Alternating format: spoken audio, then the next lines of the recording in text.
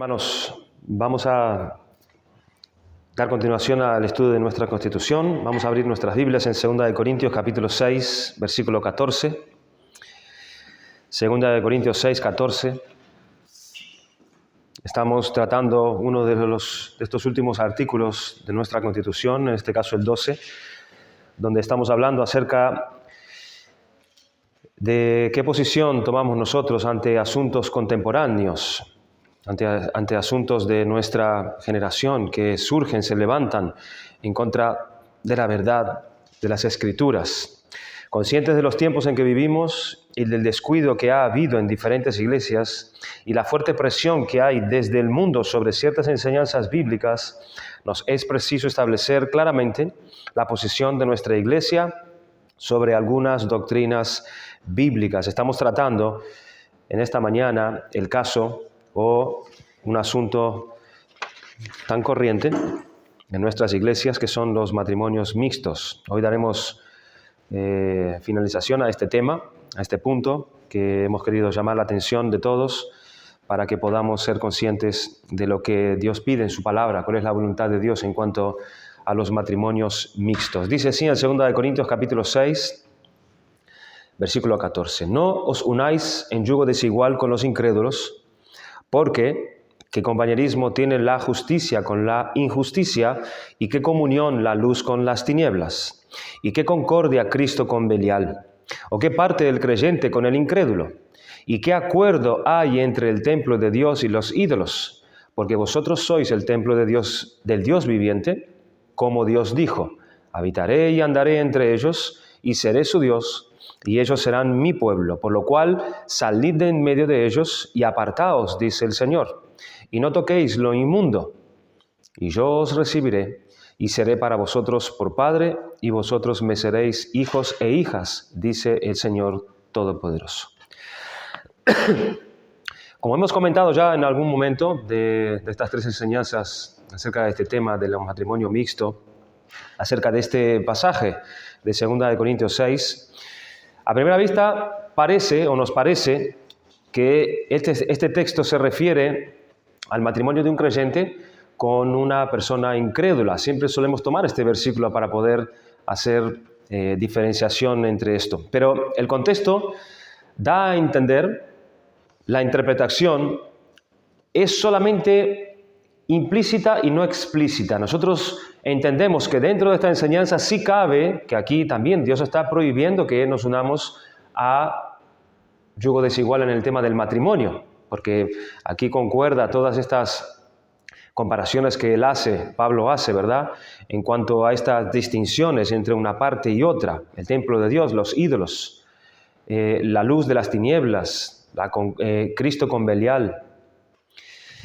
Puede ser que podamos, de manera implícita, poner allí, agregar allí, en el contexto que nos da Pablo, el tema de los matrimonios. También es muy normal que podamos asumir este pasaje con la unión de personas incrédulas y personas cristianas cuando toman sociedad en algún tipo de negocio, ¿verdad?, en la vida, que también lo podríamos incluir aquí en este contexto, implícitamente. Pero el contexto da a entender que esta interpretación es solamente implícita y no explícita. Pero para comprobar esto, para verdaderamente ver de manera explícita cómo Pablo enseña que un creyente no debe unirse en matrimonio con un incrédulo, lo vemos allí en 1 Corintios capítulo 7, versículo 39. Pero este contexto, sin embargo, hermanos, se refiere a la separación de la religión cristiana y de las religiones paganas. A eso se refiere Pablo aquí. Está hablando de religión.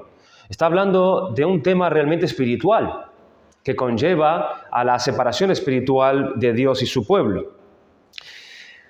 Porque unirse en yugo con los incrédulos significa nada más y nada menos, hermanos, que tener comunión con las infructuosas obras de las tinieblas. A eso se refiere Pablo cuando él está hablando aquí en el contexto de la religión en este texto.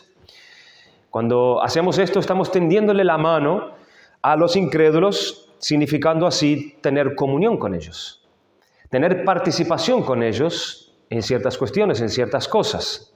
El pasaje de los versículos 14 al 18 nos dice que no formemos ningún pacto con los incrédulos que violan las obligaciones del pacto que el cristiano, tiene con Dios. El texto aquí griego está indicando, revela que unirse en yunta desigual significa establecer relaciones con fines y propósitos, esto es muy importante, junto con una persona que es totalmente diferente a nosotros. Pablo no está haciendo aquí discriminación. Lo que está haciendo Pablo aquí es remarcando un concepto totalmente espiritual y religioso. Cuando hacemos esto, nos estamos uniendo a esos propósitos de esos incrédulos, a esos fines que tienen los incrédulos en cuanto a la cuestión de Dios, en cuanto a la cuestión de la gloria de Dios. En este texto se habla de una persona que no es miembro de la familia de la fe y que hace que el creyente quebrante el pacto que tiene con Dios. ¿Quiénes son esas personas que causan el extravío de los cristianos? Según el contexto que nos da Pablo, son los paganos que estaban invitando a los creyentes en la época de los Corintios a comer con ellos en los templos donde se adoraban a los ídolos. Allí estaba el contexto.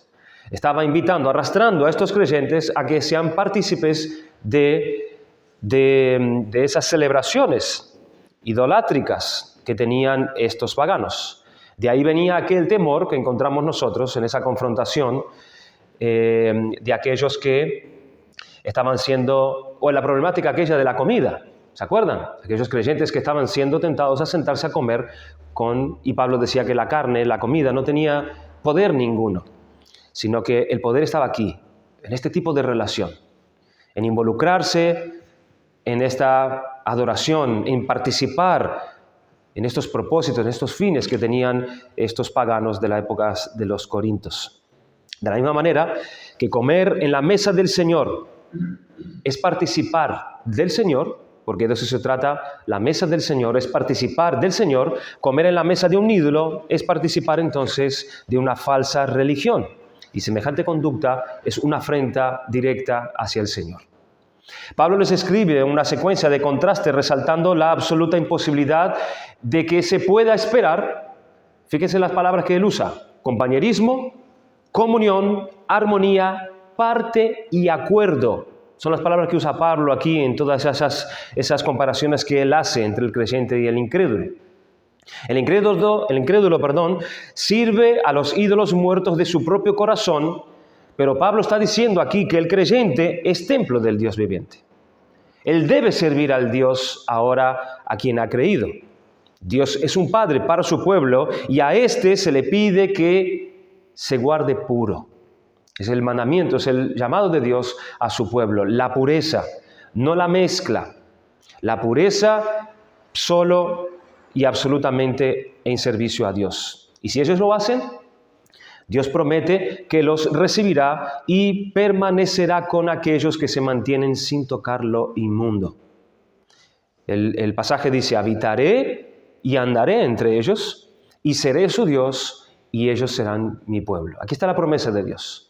Cuando nosotros decidimos apartarnos de lo inmundo, Dios promete recibirnos y permanecer con nosotros, sí, por lo cual salid del medio de ellos, dice, y apartaos, dice el Señor, y no toquéis lo inmundo. Y la consecuencia, ¿cuál es? Y yo os recibiré.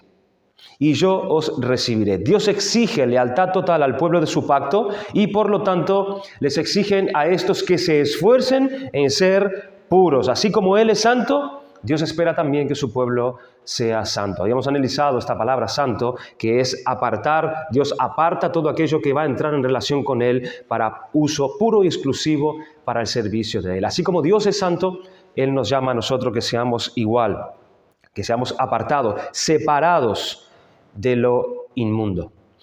Y este tema, que aparece en toda la Escritura, Dios no se ha, hermanos, separado de su pueblo. Nunca lo ha hecho. Sin embargo, sus hijos e hijas sí se han alejado de Él. Nosotros sí hemos manifestado conductas continuas de infidelidad repetidamente en ocasiones y seguido los caminos del mundo. Hemos quebrantado este mandamiento de Dios muchas veces en nuestras vidas, siendo creyentes, hermanos, me refiero. Pero Dios no hace eso. Dios es fiel a su pacto y cumple las promesas hechas a su pueblo. Además, Él espera que la obra que Él ha hecho en el creyente, la obra que Él ha hecho en su pueblo, sea una respuesta. Esa obra venga de parte del pueblo de Dios como una respuesta a ese pacto que Dios entró con ellos. Y ellos también guarden entonces, porque Dios espera eso, el pacto que ellos hicieron con Dios. Que ellos cumplan las obligaciones que ellos encuentran en la palabra de Dios para ellos. Dios espera eso de su pueblo. El versículo 18 dice, y seré para vosotros por padre, y vosotros me seréis hijos e hijas, dice el Señor Todopoderoso. Es decir, Dios quiere que sus hijos, que su familia, hermanos, se consagren en vivir vidas santas y en dedicación a su Padre.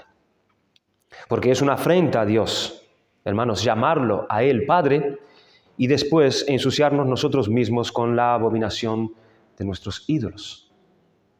Es una afrenta a Dios. ¿Estaremos tomando el nombre de Dios en vano cuando hacemos eso?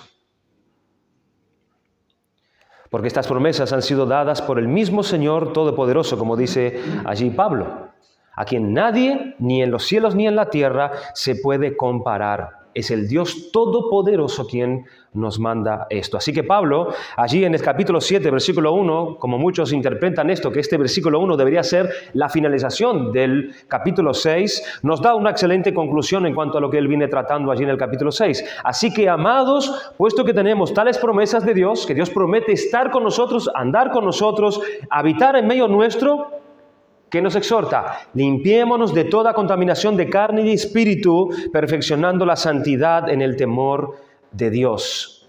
Pablo dice toda contaminación de carne y de espíritu. Aquí Pablo está queriendo incluir a toda clase de impurezas. A toda clase de impurezas. Y Pablo recalca que la contaminación afecta tanto al cuerpo como al espíritu. Es decir, a la persona en su totalidad.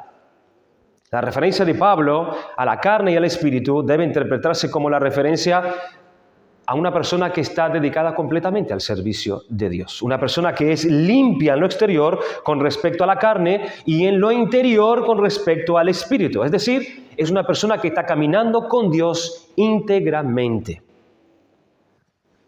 Por eso el llamado a entregar nuestros cuerpos en sacrificio vivo a Dios. Esa palabra cuerpo se está refiriendo a todo nuestro ser. Cuerpo y espíritu, en dedicación a Dios. La santificación, hermanos, sigue siendo un proceso continuo en el que los creyentes deben esforzarse diariamente, asiduamente, por una completa santidad. Incluso dice cómo debe hacerse. Pablo dice, en el temor de Dios. El temor y la reverencia a Dios promueven la motivación para perfeccionar la santidad en el creyente. En presencia de Dios Padre, sus hijos deben vivir en este mundo como si ellos fueran extranjeros. Y cuando ellos viven con esta conciencia, ellos andan en reverencia delante de Dios, en temor delante de Dios. Así como el Padre es santo, nosotros también como hijos suyos debemos reflejar la santidad en nuestras vidas.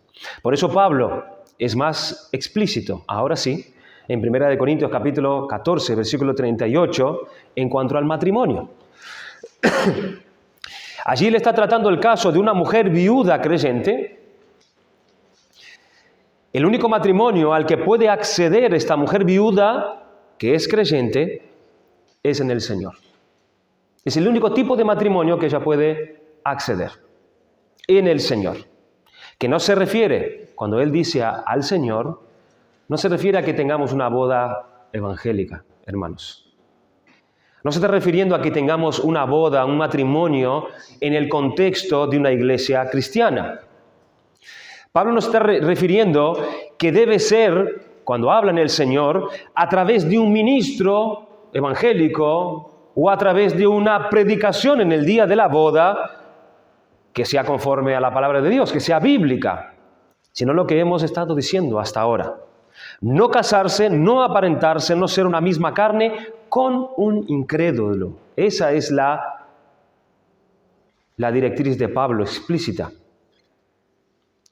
Pero es una realidad, hermanos, que muchos hijos de Dios se han unido a yugo desigual, con el fin de convertir el cónyuge inconverso. ¿Verdad que muchas veces hemos oído que esas han sido las intenciones de muchos que se han unido a un yugo desigual? ¿Quién sabe? Quizás el Señor lo convierte, sea algo bueno para él. Pero a eso le llamamos, hermanos, tentar a Dios. Eso es tentar a Dios. Casarse con un no creyente, así desobedeciendo a Dios y a la misma vez tentando a Dios. ¿Qué es esto de tentar a Dios cuando hacemos esto? Hay por lo menos dos explicaciones acerca de lo que significa tentar a Dios. Un significado nos lo puede dar el contexto de Deuteronomio, capítulo 6, versículo 16, que refleja la situación de aquellos israelitas que se describe en Éxodo 17, versículo del 1 al 7, como en aquel lugar llamado Masa y Meriba, ellos probaron a Jehová y se rebelaron contra Moisés por falta de agua. Ellos acusaron a Moisés de haberlos sacado cruelmente de Egipto, a ellos, a sus hijos, a su ganado, llevándolo al desierto para que allí sean destruidos. Allí estaba este comportamiento de este pueblo. Estaban casi a punto de apedrear a Moisés. Y ellos, en vez de conocer todas sus necesidades, venir a dar a conocer a Dios sus necesidades y deseos delante del trono del Padre, a la manera de un hijo que confía, lo que hicieron fue que de manera insolente y provocativamente desafiaron a Dios, diciendo: ¿está Jehová con nosotros? Tentaron a Dios. Esta mala conducta del pueblo equivaldría a una grave transgresión contra Dios. Esto no es otra cosa que exponerse uno a sí mismo de manera innecesaria a un peligro así, para ver cuál sería la reacción del Padre, si estaría conmigo o no cuando yo tomo una decisión así. Que un creyente se una, hermanos, con un incrédulo, comete una grave transgresión y se expone innecesariamente a un gran peligro para ver cuál es la reacción de Dios ante mi desobediencia. No podemos tentar a Dios. Otra explicación acerca de tentar a Dios nos lo da Mateo 4, cuando Satanás tentó a Cristo, cuando tentó a Jesús en el desierto. Entonces el diablo le llevó a la santa ciudad y le puso sobre el pináculo del templo y le dijo: si eres hijo de Dios, échate abajo, porque escrito está: a sus ángeles mandará acerca de ti y en sus manos te sostendrán, para que no tropieces con tu pie en piedra. Jesús le dijo: escrito está también: no tentarás al Señor tu Dios.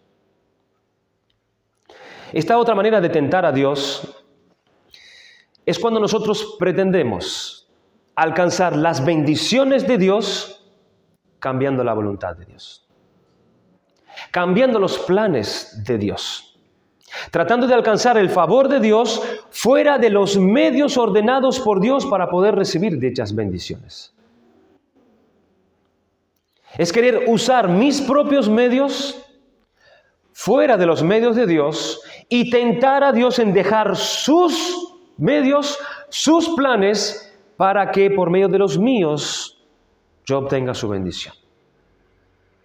Eso es lo que quiso hacer Satanás con Cristo. Es lo que trataba de impulsar el diablo a Jesús, a alcanzar las promesas de Dios fuera de la agenda del Padre, la agenda que el Padre tenía ya trazado para su Hijo. Tentar a Dios en este caso es pretender hacerlo a mi modo y pretender salir ileso. Es dejar de confiar en los medios de Dios y pasar a apoyarse en los míos. Es tentar a Dios. Es tentar el plan de Dios. Un comentarista escribió lo siguiente: una persona busca fervientemente al Señor para que le otorgue la bendición de la salud, sin embargo, no observa las normas de la salud. No va al médico, no usa medicamentos, no reposa, no usa las normas para poder obtener la salud. o le pide a Dios que salve su alma, sin embargo no usa los medios de gracia tales como el estudio de las Escrituras, la asistencia a la iglesia, el vivir una vida de beneficio para otros, para la gloria de Dios. ¿Cómo yo puedo obtener la salvación si no me expongo al Evangelio? Es querer tener algo de Dios sin usar el medio que Dios dio para ello. Alguien suplicará al Señor por el bienestar físico y espiritual de sus hijos, pero descuida el guiarlos en el camino del Señor. ¿Cómo podemos esperar que nuestros hijos sean santificados si no les instruimos, si no les corregimos en el Señor? Y yo agrego al comentario de este hombre: alguien pretende recibir de parte de Dios sus bendiciones para su matrimonio, la santidad de su matrimonio, tener un matrimonio unido en servicio a Dios y en servicio a la iglesia, pero se une a yugo desigual. Se casa con una persona que no ama a Dios. ¿Cómo puede pretender que Dios derrame sobre su matrimonio sus bendiciones? Si no está usando los medios de Dios, sino lo contrario. Eso es tentar a Dios, es pretender que Dios cambie su manera de obrar, es pretender hacer las cosas a mi modo y exigir al mismo tiempo la bendición de Dios. ¿Ven, hermanos? Porque, hermanos, contraer matrimonio mixto es muy diferente a un matrimonio mixto. Que lo sea porque resulta de que Dios llame a uno en un matrimonio de inconversos.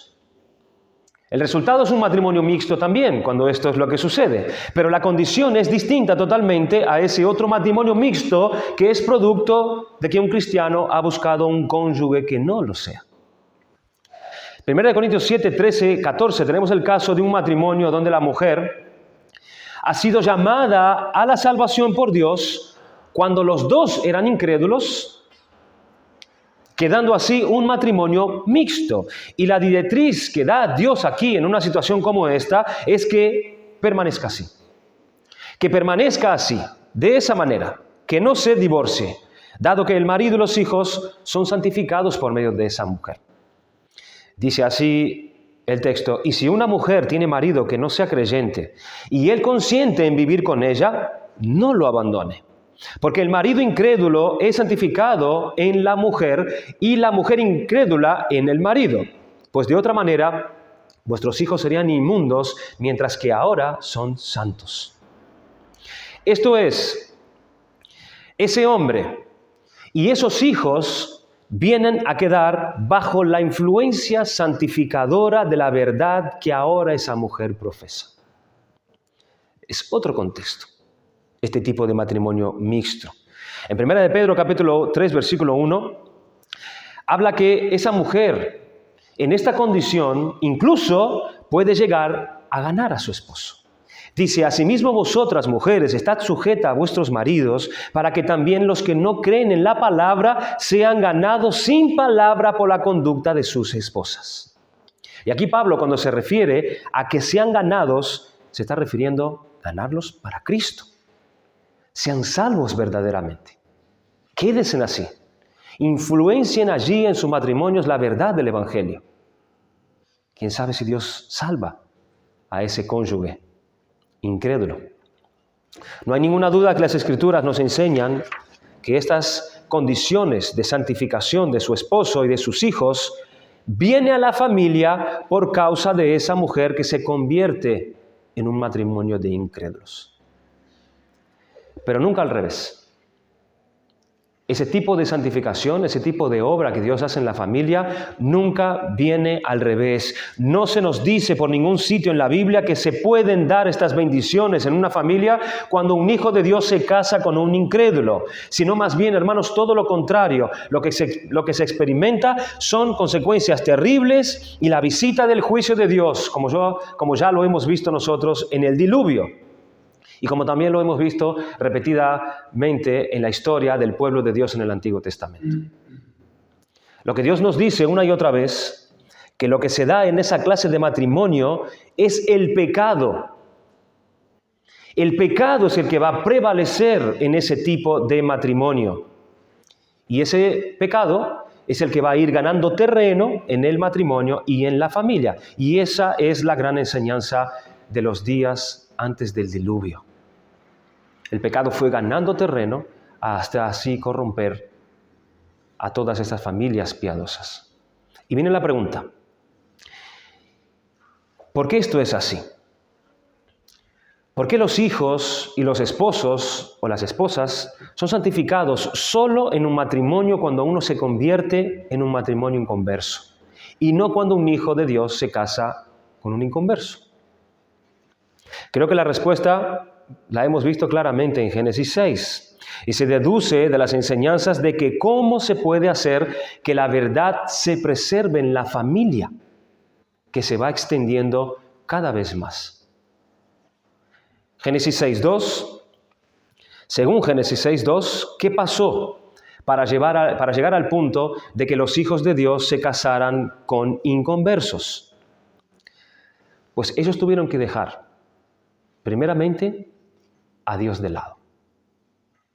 Tuvieron que comenzar a dejar de caminar con el Señor poco a poco.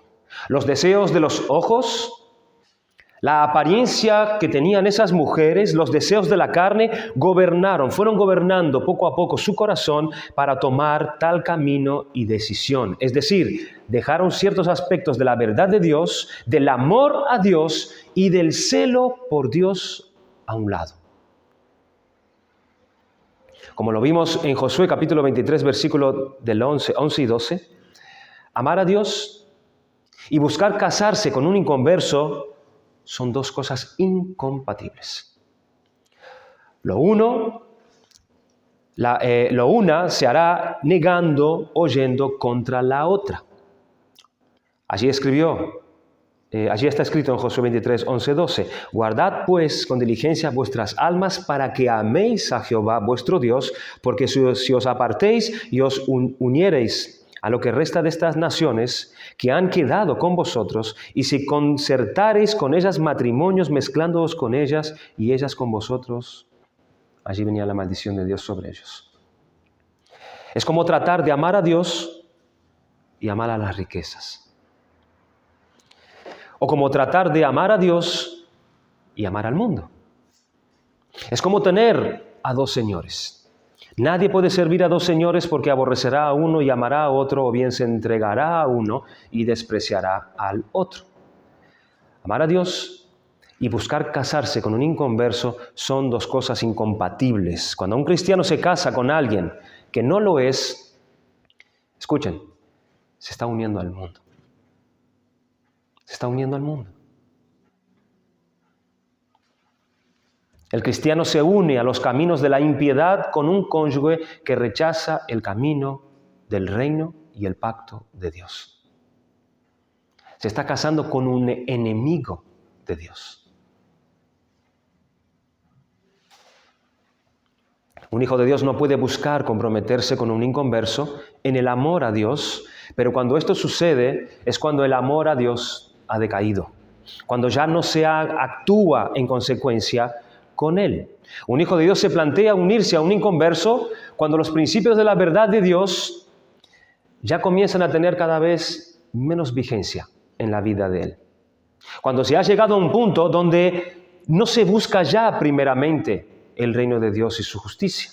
Cuando esto de servir a Dios, de crecer en santidad y luchar contra el pecado en su propio corazón, comenzó a decaer en cierto grado. Es cuando ya no se está vigilando, ya no se está velando como se debe velar. Y viene eso y de repente se pone delante de la persona, delante de los ojos de esa persona, y como los ojos, hermanos, son la ventana del alma, pero como los ojos en ese momento están débiles totalmente, ¿qué termina sucediendo? El alma es conquistada. El alma es conquistada por esa persona incrédula. Es cuando ha llegado a ser más importante o más fuerte en su mente esas inclinaciones, esos deseos de su propio corazón, que la misma voluntad que él encuentra en la palabra de Dios para él. Y es precisamente en esa condición que un hijo de Dios puede plantearse entonces a unirse con una persona inconversa. ¿Ven cómo se va dando el proceso? A un hijo o hija de Dios le puede venir la idea o la posibilidad o la tentación de que un inconverso se le acerque y ronde en su vida para entrar en su corazón. Esa persona puede aparecer allí y comenzar a tener una especie de seducción hacia ella. Pero el Hijo de Dios que está firme, él rechazará tal cosa. Él se alejará de tal posibilidad de su mente y cerrará su corazón, hermanos, por varias razones. Primero, por el temor a Dios. Él teme a Dios. Segundo, él quiere sujetarse a la palabra de Dios, porque él conoce y entiende que esto es algo prohibido por Dios. Tercero, porque quiere servir a Dios. Su deseo es servir a su Señor por cuanto lo ama. Él no quiere apartarse de su Dios. Él no quiere que le falte la comunión de su Dios, porque él quiere vivir una vida de piedad, él quiere crecer en esa vida de piedad, no quiere apartarse de ese camino y fundamentalmente él es un hijo que espera en su Padre. Él espera en su Padre. Este Hijo de Dios puede rechazar tal tentación por la palabra de Dios y por la fuerza que Dios le da. Ese puede ser una persona atractiva, puede ser un chico simpático, puede ser una mujer con una hermosa figura, puede ser educado, bien apuesto, puede ser dulce cuando habla, pero si no es de Cristo, será rechazado por lo que Dios dice y quiere, y lo hará por la fuerza y por la obediencia y por la fe que él tiene en su Señor. Pero cuando se da lo contrario, que ha pasado en el alma del Hijo de Dios que ha llegado a comportarse de esa manera y a comprometerse así con un incrédulo. Todos estos argumentos del Evangelio ya no tienen peso suficiente en su vida. Como hemos dicho, los deseos de los ojos, los deseos de la carne han crecido, han estado alimentando en lo secreto en su corazón y se han fortalecido en su propia alma. Y llega el punto que puede tomar entonces esa clase de decisión. Por eso, hermanos, no es algo que se da de un día para el otro. Esto es algo que se va dando día tras día, tiempo tras tiempo. Es una larga carrera que empieza cuando el pecado ganó la batalla en ese Hijo de Dios, que empieza por mirar y seguir mirando. Mirar y seguir mirando. Por permitir comentarios de adulación de parte de esa persona. Por corresponder, por supuesto, a esos comentarios de adulación, por comenzar a tener conversaciones a solas, y esas conversaciones a solas, por supuesto, dan lugar a encuentros a solas. Y ahí va la mente, siendo ocupada cada vez más por la imagen de esa persona. Me despierto por la mañana y ya no es Dios mi primer pensamiento, sino que es esa persona en mi mente. Y el deseo de la carne va aumentando y la tentación crece más y más hasta llegar al punto que el corazón es ganado por completo. Por completo. Y una de las cosas tristes de esta situación es que muchos incluso, hermanos, llegan a atribuir esto a los designios y a los propósitos de Dios. Comienzan a hablar de la soberanía de Dios. Al final, esto debe ser parte del plan de Dios. Dios ya tiene su providencia establecida desde antes de la creación. Esto tiene que estar dentro de los planes de Dios. Llegan a hacer a Dios responsable de sus tentaciones. Pero en realidad lo que está pasando es lo que dice en Santiago capítulo 1, versículo 13. Cuando alguno es tentado, no diga que es tentado de parte de Dios, porque Dios no puede ser tentado por el mal, ni Él tienta a nadie, sino que cada uno es tentado cuando de su propia concupiscencia. La palabra concupiscencia significa malos deseos. Que desde sus propios malos deseos es atraído y seducido. Entonces la concupiscencia, es decir, los malos deseos, después que ha concebido, da a luz al pecado, y el pecado, siendo consumado, da a luz la muerte.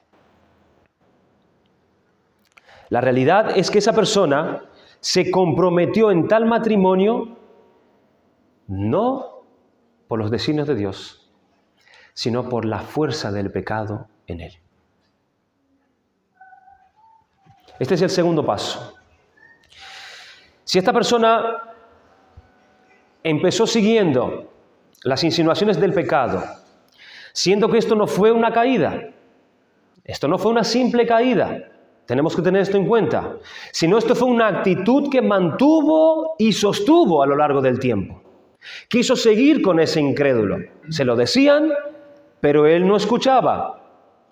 Pasaban los meses y lo mantenía firme. Se acordaba de lo que dice la palabra de Dios y de ciertos consejos que otras personas le daban, pero él o ella no escuchaban. Resistían a eso. Mantenían su posición. Y corrieron los meses y se casaron. Y se unieron. Este Hijo de Dios llegó a ese matrimonio después de luchar constantemente contra la verdad de Dios. Después de estar sofocando y apagando la luz de su fuego durante tiempo y tiempo hasta que consiguió lo que quiso. Y la pregunta es, ¿y ahora qué? La persona incrédula ¿va a ser bendecida por la influencia de la verdad del Evangelio ahora? ¿Qué ha estado haciendo el Hijo de Dios con la verdad durante ese tiempo? ¿No es precisamente negándola? ¿Y ahora va a pretender y esperar que la verdad influya en su esposo inconverso? Es evidente que ese Hijo de Dios no tendrá buena conciencia para poder tratar con su cónyuge con respecto a la verdad. No tendrá una buena conciencia para tratar el pecado, ni tampoco tratar sus propios pecados dentro de su matrimonio. ¿Cómo podrá decirle a su cónyuge inconverso que venga a someterse en obediencia a Cristo después que ella no lo hace y no lo ha hecho? No podrá, porque ella no lo hace. ¿Cómo podrá decirle que venga a poner su confianza en Cristo para los problemas de la vida después que ella negó el poder de Cristo en su propia vida? Simplemente no podrá. En este caso, hermanos, no. El inconverso no es santificado por el Hijo de Dios, sino que más bien es lo contrario. El inconverso será afirmado más y más en su incredulidad y en su dureza hacia Cristo, porque eso es precisamente lo que él ha visto en su cónyuge, que es precisamente Hijo de Dios. Esto es lo que podríamos ver que pasaría en el principio, allí en Génesis 6:2. Precisamente es esto lo que pasó. Aquellos matrimonios mixtos, aquellos inconversos, se fueron endureciendo más y más y más.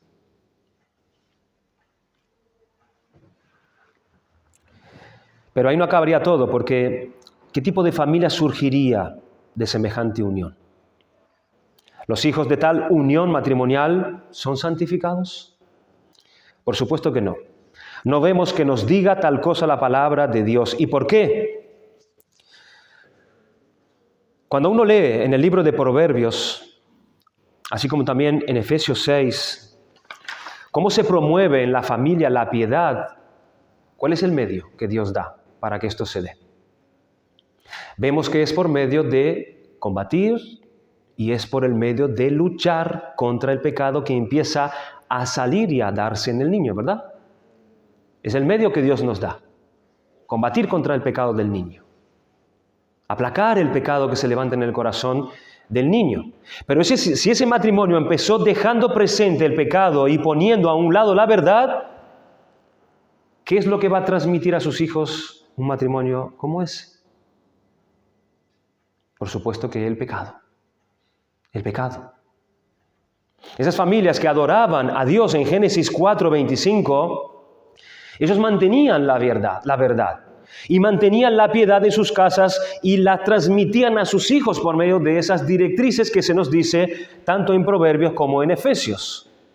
¿Cuáles son esas directrices? Proverbios 1:8. Oye, hijo mío, la instrucción de tu padre y no desprecies la enseñanza de tu madre. Nosotros vemos que son unas directrices claras que las mantenían tanto el padre me estoy refiriendo a esas familias para que sean testimonio de la verdad y de la piedad en la tierra.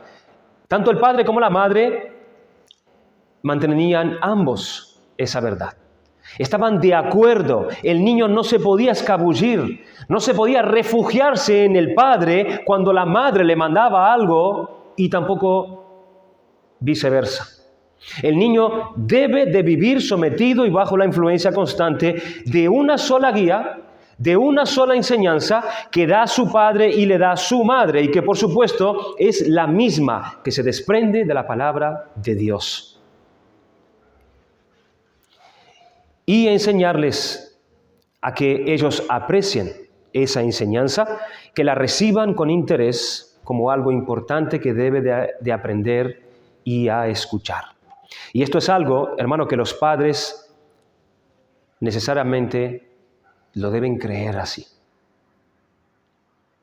Y se le comuniquen a sus hijos. Proverbios capítulo 4, versículo del 1 al 4 dice: oíd, hijos, la enseñanza de un padre, y estad atentos para que conozcáis cordura, porque os doy buena enseñanza.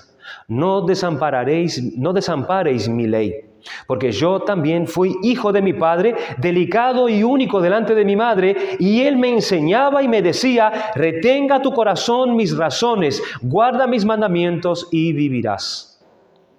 Proverbios 13:24, el que detiene el castigo a su hijo aborrece, mas el que lo ama desde temprano lo corrige. Vemos, hermanos, cómo se habla de la corrección del pecado con los medios más adecuados y eficaces que es Dios mismo quien da para combatir el pecado del niño. Como la instrucción en la verdad de Dios conlleva un elemento importante que es el negativo, es decirle al niño no. Cuando hoy en día herimos el carácter del niño cuando le decimos no. Hay mucho mal que está en el corazón del niño y ese mal sale solo. Ese mal sale solo. Sale la ira, sale la mentira, sale el engaño, la desobediencia. Todos son males que están dentro de los niños. Y precisamente Dios nos enseña en su palabra que en la primera parte importante de la vida de esos niños, cuando son bien pequeñitos, es tratar esto.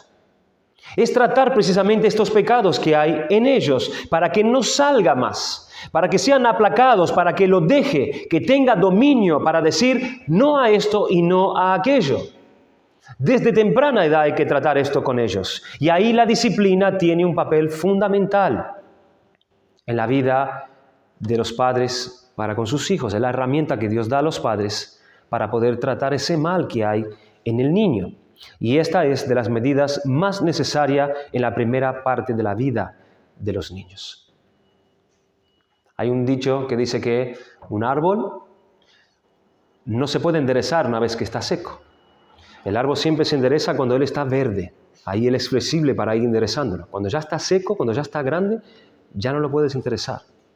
Corre el riesgo que se parta. Es de temprana edad. Es del inicio. Hay quienes piensan que tenemos que ser más positivos con los niños. Es decir, tenemos que hablar, y hablar, y hablar, y hablar, es hablar con los niños. Ese es el método. E incluso hay creyentes dentro de iglesias cristianas que no están tan de acuerdo con una directriz de Dios como esta. Ellos creen que es algo cruel, que es algo exagerado, que es algo... Ellos no lo ven así, es la palabra que siempre se usa. Yo no lo veo así. Y están desechando el medio de Dios, el medio que Dios da. Porque a veces los padres nos podemos creer más misericordiosos que Dios, más buenos que Dios. Y desechamos los medios de Dios para que sea Dios quien santifique a nuestros hijos. No somos nosotros, es Dios quien lo hace. Pero si no usamos los medios, olvídense. Es verdad que hay que hablar, pero esto no es suficiente, porque el pecado está en sus almas de tal manera arraigado que para tratarlo, para que no amargue a ese niño cuando él crezca y su conducta sea arraigada ya a ese tipo de comportamiento, de ira, de mentira, de engaño, de desobediencia, para tratarlo, hermanos, es preciso hacer como Dios manda. Es por medio de la disciplina y la corrección en el amor de Dios. Pero ¿dónde es que se tratará el pecado así? ¿Qué matrimonio se lo tomará de esta manera? ¿Qué tipo de matrimonio tomará esto en serio de parte de Dios? ¿Aquellos que se dejaron llevar por el pecado para casarse con un incrédulo? ¿Será que tomarán esta forma de Dios? No, no son los más indicados para ello. Es sorprendente el énfasis que el libro de Proverbios da continuamente en cuanto a esta directriz de Dios. Proverbios 19, 18. Castiga a tu hijo en tanto que hay esperanza, mas no se apresure tu alma para destruirlo. Aquí no está hablando del grado de la disciplina, si con fuerza o más fuerza. Está hablando que si tú no lo haces, eres tú quien está acelerando la destrucción de ese niño. Cuando tú no lo corriges, cuando tú no lo castigas. 22:6. Instruye al niño en su camino, y aun cuando fuere viejo, no se apartará de él. 22:15. La necedad está ligada en el corazón del muchacho, mas la vara de la corrección le alejará de él. 23:13-14. No rehúses corregir al muchacho, porque si lo castigas con vara, no morirá. Ven allí el beneficio. Lo castigarás con vara y librarás su alma del Seol. ¿Qué clase de familias pueden ser esas donde la verdad se pueda ver y mantener? ¿Qué clase de familias? Pues serán aquellas en las cuales una parte importante de su vida consista en tratar y combatir el pecado, tanto en ellos como en la vida de sus hijos, con las herramientas que Dios ha dado. ¿Y quiénes podrán hacer eso? Pues los padres que estén luchando, hermanos, contra el pecado.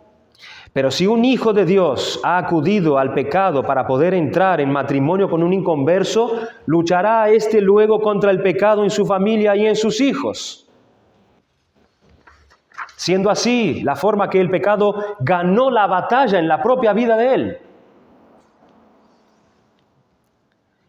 Si el pecado ganó la batalla antes de que él se uniera en matrimonio con un inconverso, también la ganará tocante a sus hijos.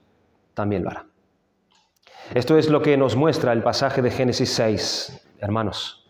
El pecado ganó el terreno en esas familias porque los hijos de Dios se habían dejado arrastrar por el pecado para casarse con los inconversos. Y así, generación tras generación, la verdad de Dios se difuminó entre los hombres y eso fue el terreno que se fue preparando para el juicio de Dios, que fue el diluvio. El matrimonio, al igual que la vida cristiana en general, tiene como fin y como meta principal la gloria de Dios. Esa es la meta, es el fin principal del matrimonio, como la vida del creyente en general. Es glorificar a Dios. Y cuando vivimos nuestras vidas con este propósito, descubrimos, hermanos, que es Dios quien viene a nuestra vida y nos aprueba.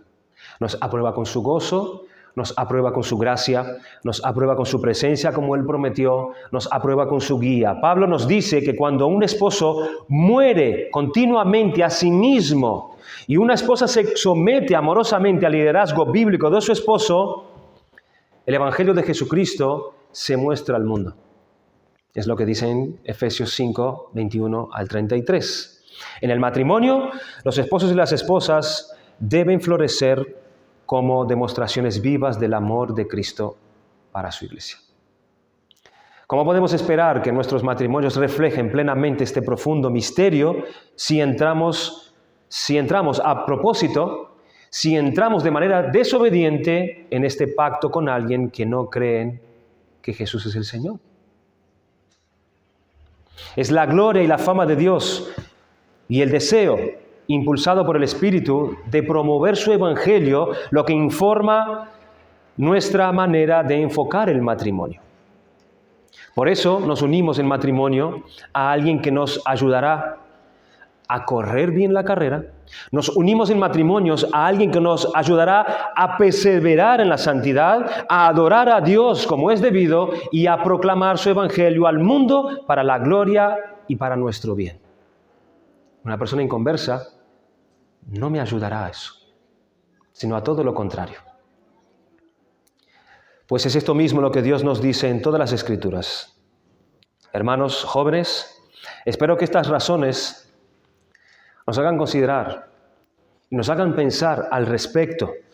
Una buena familia en la cual se pueda adorar y servir a Dios empieza desde la misma base. Desde la misma base, cuando uno oye a Cristo y le obedece en su vida, y cuando uno mantiene y sigue su directriz para poder buscar una pareja, un matrimonio para él.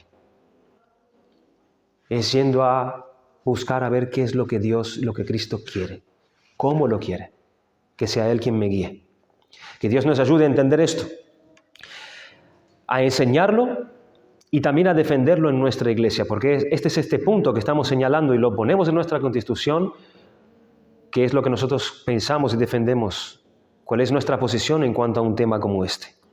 Debemos defenderlo, para prepararnos de tal forma que el testimonio de la verdad se mantenga en nuestras familias de generación en generación, y de generación en generación también, hermanos, en nuestra propia iglesia, y de generación en generación en nuestra sociedad. Y que por la gracia de Dios se levante después de esta generación otra generación que sí conozca al Señor.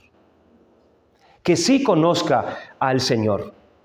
Dado que sólo así nosotros podemos influir para gloria y honor de Cristo nuestro Señor y Salvador, sosteniendo la verdad hasta que Cristo regrese, para que su evangelio se siga extendiendo, para que su reino se siga extendiendo, porque para eso Dios llama y salva a las familias, para que sean medios de la extensión de su reino sobre la tierra. Pero eso no se hará fuera de los medios de Dios, ni fuera de la voluntad de Dios. Por eso tenemos que ser hijos e hijas de Dios temerosos del Señor, para que no, más bien, traigamos sobre nosotros el desagrado de Dios en cuanto a nuestra mala decisión, a nuestra desobediencia. El Señor conoce nuestra debilidad. Él sabe cómo somos. Él conoce nuestras tentaciones. Él lo sabe. Él conoce nuestros errores y Él conoce nuestras malas decisiones. Él conoce que no llegamos a hacer lo que debemos. Él sabe que nosotros no le glorificamos como debiéramos glorificarlo, ni lo honramos como debiéramos honrarlo. Él lo sabe. Por eso necesitamos de su gracia. Por eso necesitamos de su gracia diariamente. Porque podemos llegar aquí y decir todo lo que Dios dice, pero no somos hacedores de su verdad. Apoyémonos en el Señor y confiemos en Él para nuestras decisiones, para nuestra vida de piedad. Porque se trata de Él, no de nosotros. Él nos llamó a servirle a Él, pero a servirle como Él quiere, no como nosotros queremos. De ahí se trata un hijo de Dios.